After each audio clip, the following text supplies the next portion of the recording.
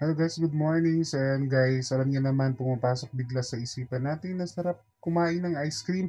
So ayan, napabili agad ako ng mga ingredients para sa ice cream guys. So ito na, yan, may avocado pala guys. Galing pa to sa bundok guys na kinuha ko doon guys. Sa binili pala. So ayan, malagkit pala ito siya guys.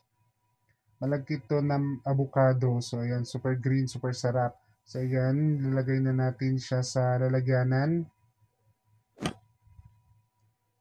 Napakaganda talaga ng laman niya, oh. Kitang-kita naman na maganda ang laman ng avocado.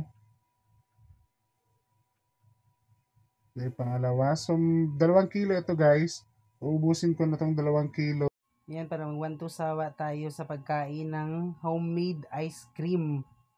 With avocado flavor, of course. So, ayan, tatadtadin lang natin to guys. Ubusin na natin to. Ilalagay sa isang container. 2 kilo, aba-aba, hindi ka magsumud sa ice cream.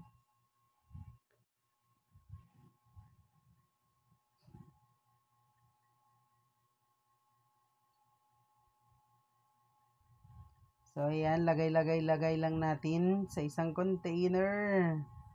So, ayan, ito nga guys, tapos na po guys. Ito na siya lahat. So, ayan guys, ito guys, malamig pala ang steel na ginamit natin guys. Ang itong all-purpose cream, in-overnight ko siya guys.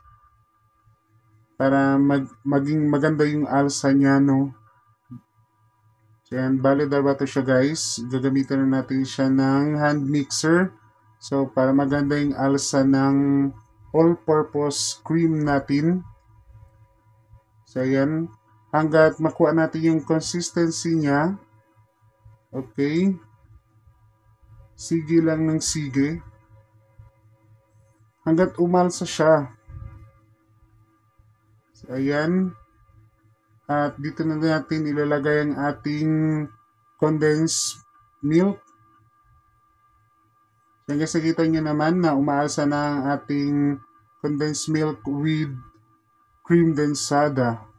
So yan guys, bali depende na sa inyo guys kung anong gagamitin yung kondensada at all-purpose. So yan guys, bali ilagay na natin ang ating main ingredients ng avocado. So yan, ihapaghaluin lang natin. Ilagay muna, then halo-halo. So, bali sa paghalo guys, gagamitin lang natin ang ating hand mixer. So, yan, para mag-blend lahat. So, yan, no, para matunaw din yung mga excess ng avocado. So, maging maganda yung kulay niya guys. Yung color green na yan, dadagdagan natin ulit ng avocado pa. Para maging malinam na masarap ang ating DIY na ice cream. Para sulit din sa pagkain guys. Ayan, super ganda na. Tingnan naman, green na green ang ating mixture. Super yummy. So ayan, set aside natin at maglalagay tayo ng container. So dito natin ilalagay ang ating mixture. Then ilalagay natin to sa ref afterwards na malagay natin sa isang container. So, bale, ito na siya. Nakuha ko na siya sa ref, no? Ang galing din siya sa freezer. So, tingnan nyo naman. Wala! Oh, super sarap. Ang ating ice cream. So, ayan. Mag-separate na ako. Isilagay ka na party-party na natin. Titikman na natin, guys. Ang sarap ng ating ice cream.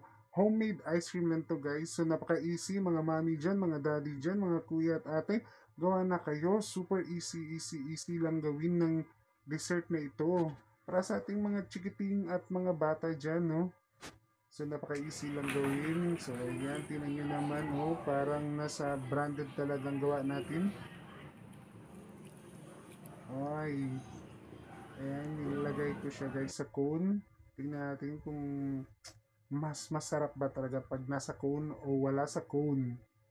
Depende na yan sa inyo guys kung saan kayo nalalasahan at nasasarapan. So, nandito lang guys. Thank you guys for watching. Bye for now!